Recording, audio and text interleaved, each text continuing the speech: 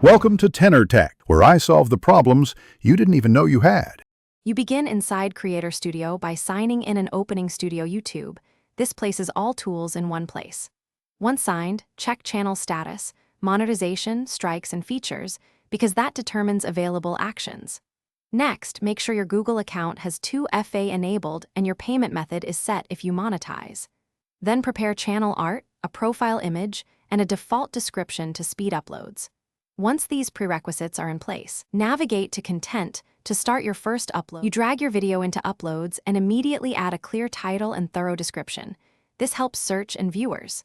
Then, select or upload a thumbnail and place the video in a playlist to boost session time. Make sure audience settings comply with child safety rules, choose end screens and cards to promote other content, and add 1-3 focus tags for search assistance. Once done, pick Visibility.